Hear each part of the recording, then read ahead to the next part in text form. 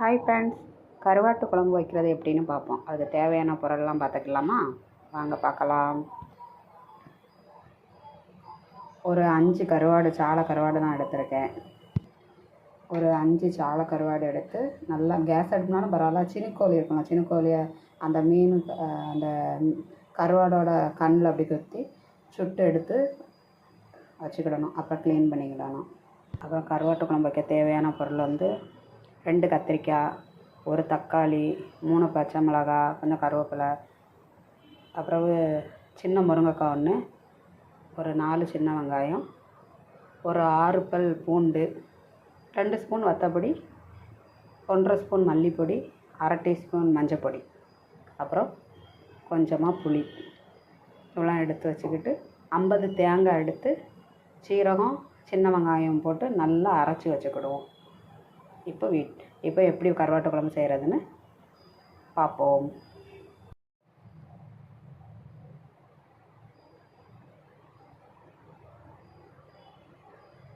எண்ணெய் ஊற்றிக்கலாம்.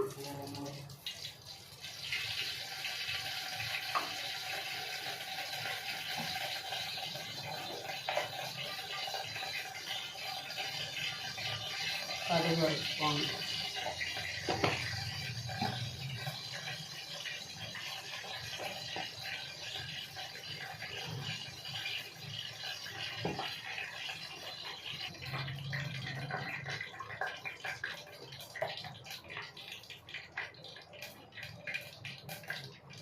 கடுகு வச்சுட்டா வெந்தயம்,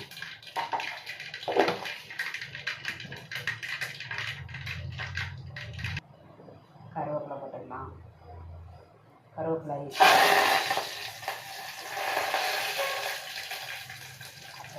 சின்ன வெங்காயமும் வெள்ளைப்பூடும் போட்டுக்கலாம்.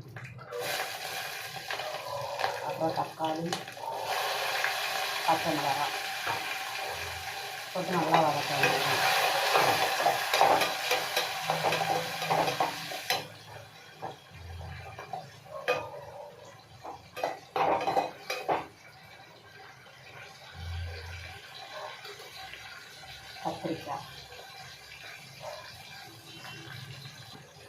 கத்திரிக்காய் போட்டு நல்லா வதக்கிடலாம்.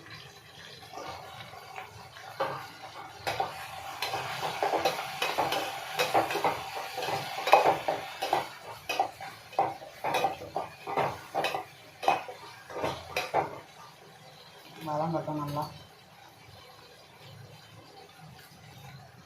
முருங்கைக்காயும் போட்டு நல்லா வதக்க வேண்டியதான்.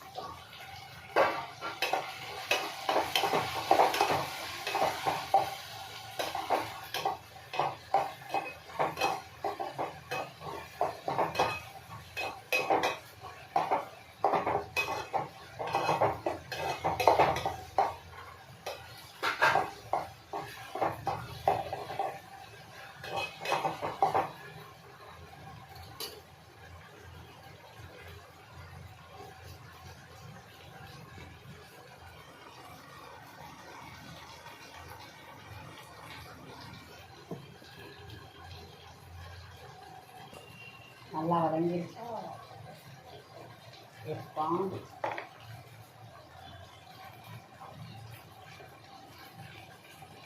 மஞ்சள் பொடி,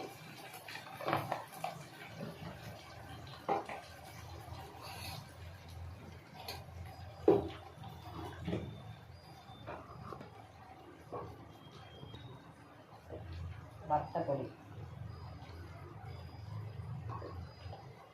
மல்லிப்பொடி,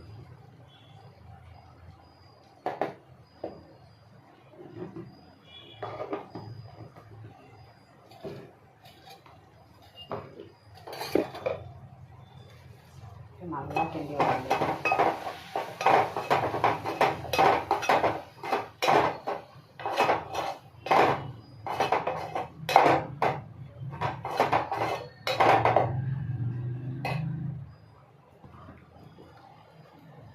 நல்லா வதங்கியிருக்கா. வத்தப்பொடி, மஞ்சள் பொடி போட்டிருக்கோமா, அது நல்லா பச்சை வாடை போகிற வரைக்கும் நல்லா வதக்க வேண்டியதுதான். வதக்கிக்கிறோம். அப்புறம் புளியை பிணைஞ்சி ஊற்றுவோம். நல்லா வதங்கிருச்சு. புளியை ஊற்றுவோம்.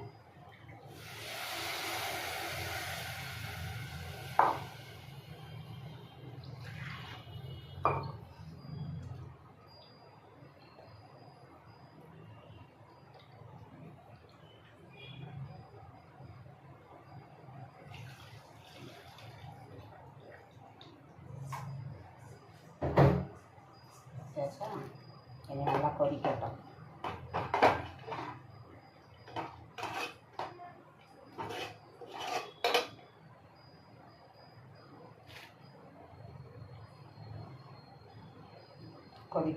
கொதிக்கட்டும். நமக்கு தேங்காய் அரைச்சதை எடுத்துகிட்டு வரோம். நல்லா கொதிக்க ஆரம்பிச்சிருச்சா, இப்போ தேங்காய் அரைச்சி வச்சுருக்கோம், அதை ஊற்றுவோம். தேங்காய், சீரகம், சின்ன வெங்காயம். உங்களுக்கு தேவை அப்படின்னா 2 மிளகு சேர்த்துக்கோங்க. மிளகு வந்து ஆப்ஷன் தான், உங்களுக்கு தேவைன்னா சேர்த்துக்கோங்க. நான் 2 சேர்த்துருக்கேன், ஆனால் உங்களுக்கு தேவைன்னா நீங்கள் சேர்த்துக்கோங்க. அவ்வளோதான்.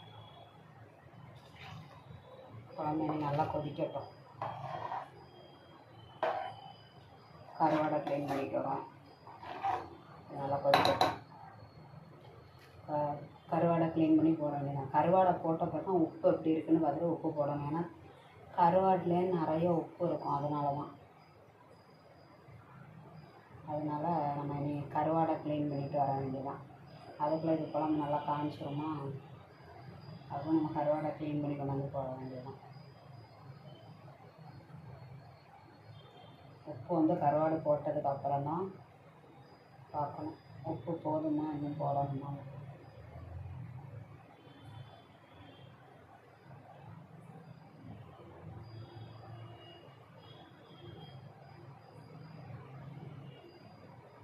சரி, கருவாடை க்ளீன் பண்ணுவோம்.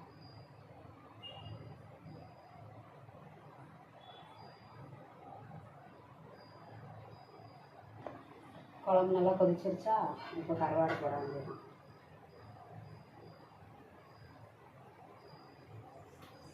உப்பு காணாது, அதனால் கொஞ்சம் உப்பு சேர்த்துக்கிறோம்.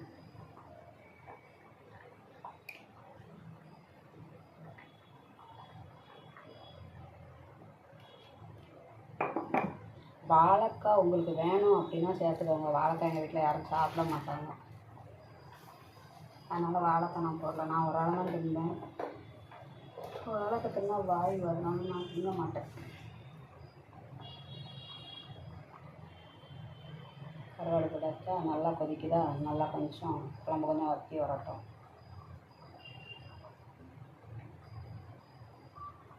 சோத்தில் உப்பு போடுவீங்கன்னா கருவாட்டு குழம்புக்கு உப்பு போடாதுங்க. நான் சோத்தில் உப்பு போட மாட்டேன், அதனால் கருவாட்டு குழம்புல உப்பு போட்டிருக்கேன்.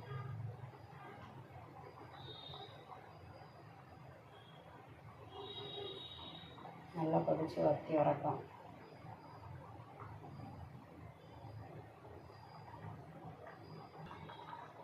கருவாட்டு குழம்பு ரெடி ஆயிடுச்சு.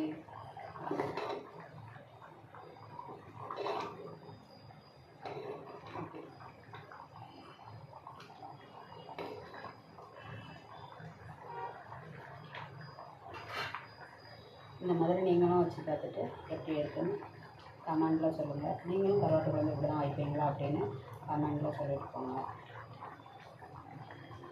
பிடிச்சிருந்தா லைக் பண்ணுங்கள், ஷேர் பண்ணுங்கள், கமெண்ட் பண்ணுங்கள். முக்கியமாக சப்ஸ்கிரைப் பண்ணிக்கோங்க, பெல் ஐக்கானை கிளிக் பண்ணிக்கோங்க. அப்போ வந்து நான் போடுற வீடியோ நோட்டிஃபிகேஷனில் வரும்.